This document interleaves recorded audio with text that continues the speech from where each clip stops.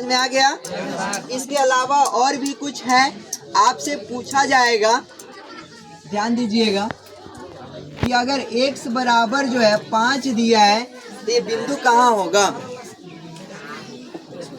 x का मान दिया है 5, क्या दिया है? क्या इससे पहले एक और बात बता दे आपको,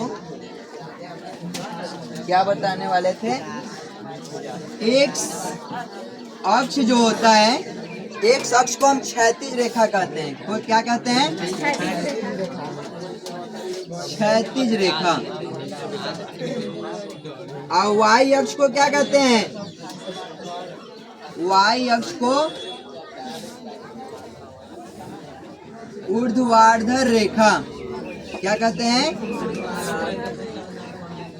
ये आपको याद रखना होगा। x अक्ष को क्या कहते हैं?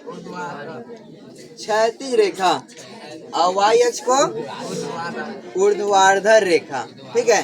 इसके अलावा आपको और बात याद रखना है कि x बराबर अगर कुछ 2, 3, 5 दिया हुआ है, ये क्वेश्चन भी बहुत ऑब्जेक्टिव में आता है, इसका कंडीशन बताना है। तो सपोज दैट देखिए, हम यहाँ पे एक लाइन खींच रहे हैं। पहले हम x और y को ड्रॉ कर रहे हैं। ये क्या है? मूल बिंदु 1, 2 और क्या? x का मान कितना है? 3। तो x का मान 3, यही ना बिंदु है।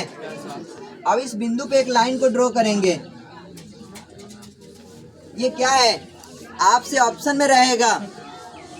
इसको क्या x अक्ष कहता है? इसको क्या कहता है? तो इसको क्या कहते हैं? इस लाइन को, ये लाइन क्या है? y अक्ष के कथी है? अभी बताएं आपको। यहाँ देखिए, जब दो लाइन एक दूसरे को नहीं काटता है तो उसको क्या कहते हैं? समांतर। क्या कहते हैं? समांतर। तो इस लाइन को हम अगर x का मान कुछ दे रखा है, आपसे पूछा जाएगा कि ये क्या है, तो ऑप्शन में आपको आएगा कि y अक्ष के समांतर है। तो आप क्या लिख सकते हैं इसको? y अक्ष के समांतर। y अक्ष के समांतर लिख सकता है।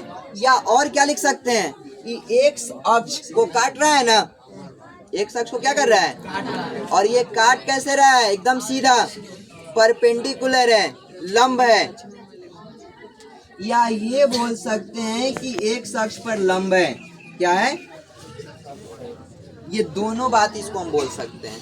तो इससे हमें क्या पता चल रहा है कि x का मान अगर 3 के जगह कुछ दिया होगा, a लिखा हो, एवरीथिंग, एवरी कांस्टेंट, कुछ भी हो सकता है। अगर x का मान कुछ दिया है तो आपसे पूछा जाएगा ऑप्शन में, तो क्या लिखिएगा?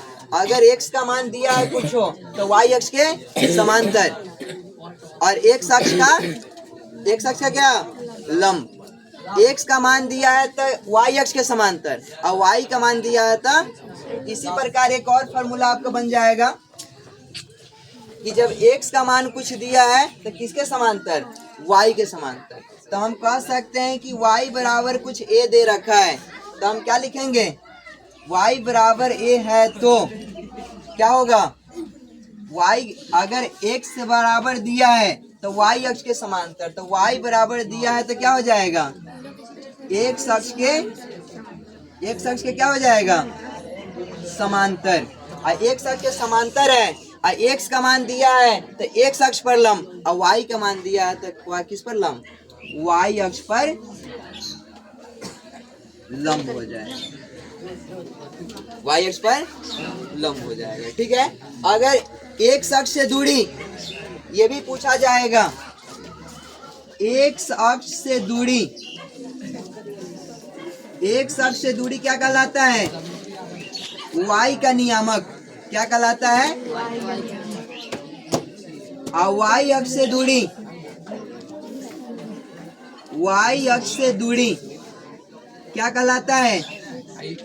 x का नियामक। क्या कहलाता है?